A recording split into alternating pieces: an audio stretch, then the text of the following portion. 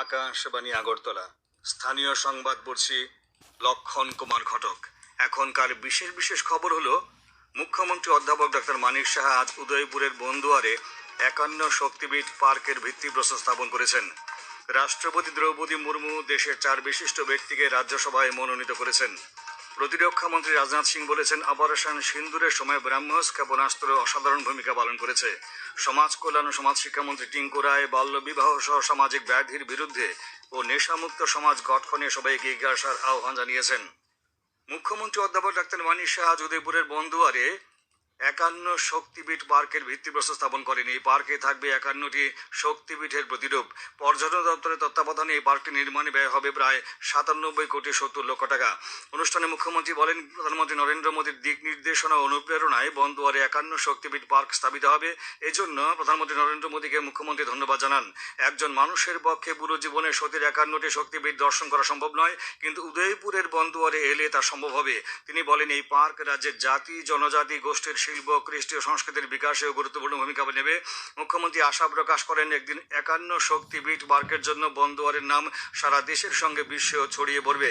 এই পার্কে স্থাপিত হবে ভারতবর্ষের সবচেয়ে বড় নটরাজ মূর্তি। আজকে এখানে শুধু 51 শক্তিপীঠ হবে না, সেই শক্তিপীঠকে কেন্দ্র করে পর্যটন দপ্তরের পক্ষ থেকে সেটা যে উদ্যোগ নিয়েছে, সেটা করে আমাদের শুধু রাজ্যের না, সারা ভারতবর্ষেরও কিন্তু আমাদের বৈদেশিক যে মুদ্রা, তারও কিন্তু আয় আমাদের বাড়বে। দেশ বিদেশ থেকে আসবে, বাইরের থেকে আসবে, এবং এখানকার যে আঞ্চলিক উন্নয়ন, এই এলাকারও কিন্তু উন্নয়ন হবে। অনুষ্ঠানে বক্তব্য রাখেন অর্থমন্ত্রী প্রণজিৎ সিংহ রায়, পর্যটন মন্ত্রী সুশান্ত চৌধুরী, বিধায়ক অভিষেক দেবরায়। ত্রিপুরার পর্যটন মানচিত্রে গোমতী জেলার উদয়পুর অন্যতম গুরুত্বপূর্ণ অংশীদার।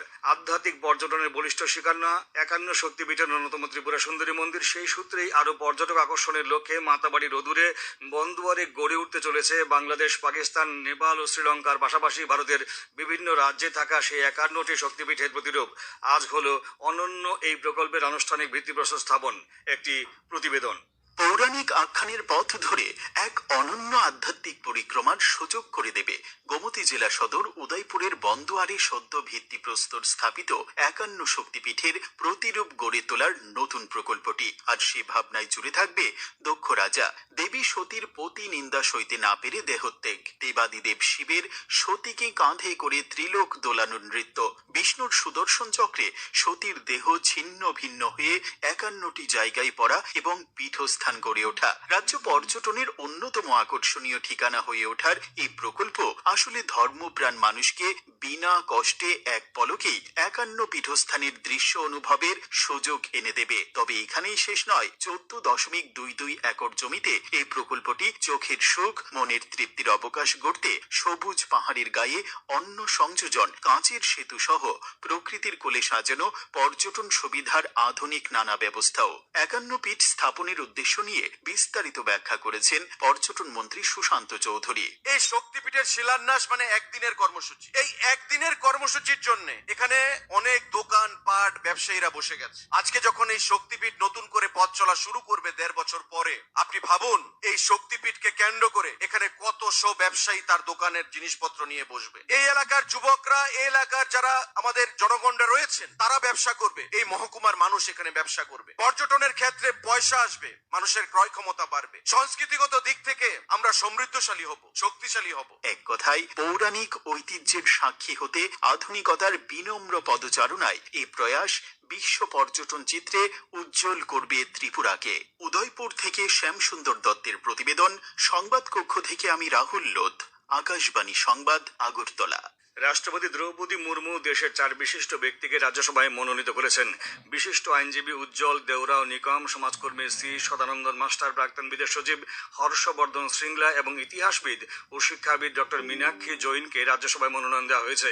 স্বরাষ্ট্র মন্ত্রণালয়ের এক বিজ্ঞপ্তিতে এই মনোনয়নের কথা জানানো হয়েছে। মহারাষ্ট্রের শ্রী নিকম মুম্বাই সন্ত্রাসী হামলার সময় সরকারি কৌশলী হিসেবে কাজ করেছেন। কেরালার শ্রী সদানন্দন মাস্টারের শিক্ষায় দীর্ঘ কর্মজীবন রয়েছে। তিনি রাজনৈতিক সহিংসতার শিকার হয়েছেন এবং উভয় পা হারিয়েছেন। শ্রী শ্রীংলা যুক্তরাষ্ট্র, বাংলাদেশ ও থাইল্যান্ডে রাষ্ট্রদূত হিসেবে দায়িত্ব পালন করেছেন। তিনি গত 2023 সালে ভারতের G20 প্রেসিডেন্সির প্রধান সমন্বয়কারী হিসেবে দায়িত্ব পালন করেছেন। ডক্টর জৈন দিল্লি বিশ্ববিদ্যালয়ে গার্গী কলেজে ইতিহাসের সহযোগী অধ্যাপক হিসেবে দায়িত্ব পালন করেছেন। প্রধানমন্ত্রী নরেন্দ্র মোদী বিশিষ্ট আইনজীবী উজ্জ্বল দেওরাম নিকম, সমাজকর্মী সি সদানন্দন মাস্টার, প্রাক্তন বিদেশ সচিব হর্ষবর্ধন শ্রিংলা এবং ইতিহাসবিদ ও শিক্ষাবিদ ডক্টর মীনাক্ষী জৈনকে রাজ্যসভায় মনোনীত হওয়ার জন্য অভিনন্দন জানিয়েছেন। প্রতিরক্ষা মন্ত্রী রাজনাথ সিং বলেছেন, অপারেশন সিন্দুরের সময় ব্রহ্মোস ক্ষেপণাস্ত্র অসাধারণ ভূমিকা পালন করেছে। সিন্দুর অপারেশনের পর ব্রহ্মোসের চাহিদা বিদেশে বৃদ্ধি পেয়েছে। নিজের সংসদীয় এলাকা লখনৌতে 2 দিনের সফরের দ্বিতীয় দিনে ন্যাশনাল পিজি কলেজে উত্তরপ্রদেশের প্রাক্তন মুখ্যমন্ত্রী চন্দ্রভানু গুপ্তের মূর্তি উন্মোচন করার পর প্রতিরক্ষা মন্ত্রী বলেন যে 14টি দেশ ব্রহ্মোস ক্ষেপণাস্ত্র চেয়েছে এবং একই লখনৌ থেকে রপ্তানি করা হবে। এটি রাজ্যে কর্মসংস্থান বাড়াতে সাহায্য করবে। এ খবর শুনছেন আকাশবাণী আগরতলা কেন্দ্র থেকে। আকাশবাণীর সংবাদের আপডেট পেতে লগ ইন করুন www.newsonair.com এবং নিউজ অন এয়ার অ্যাপ এবং টুইটার ও ফেসবুক প্ল্যাটফর্মে এয়ার নিউজ অ্যালার্টস, ইউটিউবে লক্ষ্য করুন নিউজ অন এআইআর অফিসিয়াল। এছাড়াও আকাশবাণী আগরতলার সংবাদ আপডেট পেতে দেখুন টুইটার বা এক্স হ্যান্ডেলে আকাশবাণী নিউজ আগরতলা, ফেসবুকে এআই নিউজ আগরতলা এবং ইউটিউবে আকাশবাণী নিউজ আগরতলা। সমাজ কল্যাণ সমাজ শিক্ষামন্ত্রী টিঙ্কু রায় বাল্যবিবাহ সহ সামাজিক ব্যাধির বিরুদ্ধে ও নেশামুক্ত সমাজ গঠনে সবাইকে এগিয়ে আসার আহ্বান জানিয়েছেন। আজ বিজেপির ডক্টরস সেলের উদ্যোগে কৈলাসহরের কাউলিকুড়ায় এক মেগা স্বাস্থ্য শিবিরের উদ্বোধনী ভাষণে তিনি এই আহ্বান জানান। তিনি বলেন, এইচআইভি এইডসের সংক্রমণ প্রতিরোধে সাবধানতা ও সচেতনতা জরুরি। অনুষ্ঠানে বক্তব্য রাখেন বিজেপির জেলা সভাপতি বিমল কর, ডক্টরস সেলের নেতৃত্ব ডাক্তার অভিজিৎ দেববর্মা প্রমুখ। স্বাস্থ্য শিবিরে 171 জন বিনামূল্যে চিকিৎসা পরিষেবা গ্রহণ করেছেন। উচ্চশিক্ষামন্ত্রী কিশোর বর্মন আজ সিপাহীজলা জেলার নলছড় বিধানসভা কেন্দ্রে 2025 সালে সমস্ত মাধ্যমিক উচ্চ মাধ্যমিক উত্তীর্ণ পরীক্ষার্থীদের সম্বর্ধনা জানিয়েছেন। নলছড় দশমীঘাট কমিউনিটি হলে আয়োজিত এই অনুষ্ঠানে উপস্থিত ছিলেন পঞ্চায়েত সমিতি chairman Shovan Kumar Das, vice chairperson Rina Debnath প্রমুখ। ঊনকোটি জেলার কাঞ্চনবাড়ি রামকৃষ্ণ সেবাশ্রম প্রাঙ্গণে এক রক্তদান শিবির অনুষ্ঠিত হয়। উপস্থিত ছিলেন পানি সম্পদ বিকাশ মন্ত্রী সুধাংশু দাস, কুমারঘাট রামকৃষ্ণ সেবাশ্রমের উপদেষ্টা কমিটির আহ্বায়ক বিকাশেন্দু দেব, কাঞ্চনবাড়ি রামকৃষ্ণ সেবাশ্রমের সম্পাদক নিতাই দেব প্রমুখ। শিবিরে 20 জন স্বেচ্ছায় রক্তদান করেন। Enforcement directorate Delhi zonal office তদন্ত চালিয়ে মেসার্স পিএসিএল সংস্থার নামে পাঞ্জাব, হরিয়ানা, দিল্লি, মহারাষ্ট্র ও অস্ট্রেলিয়া থেকে প্রাথমিকভাবে 662.47 কোটি টাকা মূল্যের অস্থাবর সম্পত্তি বাজেয়াপ্ত করেছে। ইডি জানিয়েছে যে এই মামলাটি মেসার্স পিএসিএল এর মাধ্যমে এক বৃহৎ পরিসরের জাল যৌথ বিনিয়োগ প্রকল্পের সঙ্গে সম্পর্কিত, যা বিনিয়োগকারীদের প্রতারণা তৈরি করার উদ্দেশ্যে তৈরি করা হয়েছিল। এই প্রতারণামূলক প্রকল্পগুলির মাধ্যমে মেসার্স পিএসিএল এর পরিচালক এবং অন্যান্যরা বিনিয়োগকারীদের কাছ থেকে প্রায় 48,000 কোটি টাকা সংগ্রহ করেছে এবং তা আত্মসাৎ করেছে বলে প্রাথমিক তদন্তে জানা গেছে। আগরতলা দেশবন্ধু চিত্তরঞ্জন ক্লাবের উদ্যোগে আজ ক্লাব প্রাঙ্গণে এক স্বাস্থ্য শিবিরের আয়োজন করা হয়। উদ্বোধন করেন সাংসদ রাজীব ভট্টাচার্য। স্বাস্থ্য শিবিরে 150 শতাধিক মানুষ বিনামূল্যে চিকিৎসা পরিষেবা গ্রহণ করেন। জনজাতি কল্যাণ মন্ত্রী বিকাশ দেববর্মা চম্বকনগরের বেলবাড়ি স্থিত সেন্ট অ্যান্থনিজ হোম হোস্টেল পরিদর্শন করেন। পরিদর্শনকালে তিনি ছাত্রছাত্রীদের আবাসন, স্বাস্থ্য পরিচ্ছন্নতা বিষয়ে অবগত হন। মন্ত্রী শ্রী দেববর্মা জানান, স্বচ্ছ ও স্বাস্থ্যকর পরিবেশ শিক্ষার জন্য অত্যন্ত জরুরি। পরিকাঠামোগত দুর্বলতা ছাত্রছাত্রীদের মানসিক স্বাস্থ্যের উপর প্রভাব ফেলতে পারে এবং তাদের পড়াশোনার ক্ষেত্রে বাধা হয়ে দাঁড়াতে পারে। তিনি হোস্টেলের অভ্যন্তরীণ পরিকাঠামো সংস্কারের বিষয়গুলি দ্রুত সমাধানের জন্য সংশ্লিষ্ট দপ্তরকে নির্দেশ দেন। তিনি বলেন, ছাত্রছাত্রীদের সার্বিক কল্যাণে রাজ্য সরকার প্রতিশ্রুতিবদ্ধ।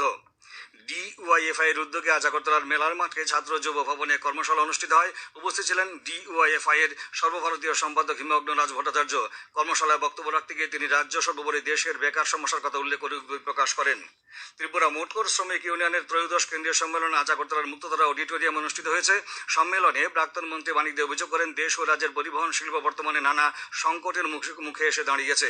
পরিবহন শ্রমিকদের জীবিকা নির্বাহ করা কঠিন হয়ে দাঁড়িয়েছে। এর জন্য তিনি রাজ্য সরকার ও শাসক দল পরিচালিত সংগঠনকে দায়ী করেছেন। সম্মেলনে উপস্থিত ছিলেন প্রাক্তন সাংসদ শঙ্কর প্রসাদ দত্ত। ভারতের আবহাওয়া বিভাগ আগামী 3 থেকে 4 দিনের মধ্যে মধ্যপ্রদেশ, গোয়া, কেরালা, উপকূলীয় কর্ণাটক, জম্মু কাশ্মীর এবং লাদাখে ভারী বৃষ্টিপাতের পূর্বাভাস দিয়েছে। দপ্তর জানিয়েছে, আগামী 5 দিনে আসাম, মেঘালয়, নাগাল্যান্ড, মণিপুর, মিজোরাম, ত্রিপুরা এবং অরুণাচল প্রদেশেও ভারী বৃষ্টিপাতের সম্ভাবনা রয়েছে। এদিকে আগরতলায় আবহাওয়া দপ্তর সূত্রে জানা গেছে, আগামী 24 ঘন্টায় রাজ্যের সবকটি জেলায় বিক্ষিপ্তভাবে বজ্রবিদ্যুৎ সহ বৃষ্টিপাতের সম্ভাবনা রয়েছে।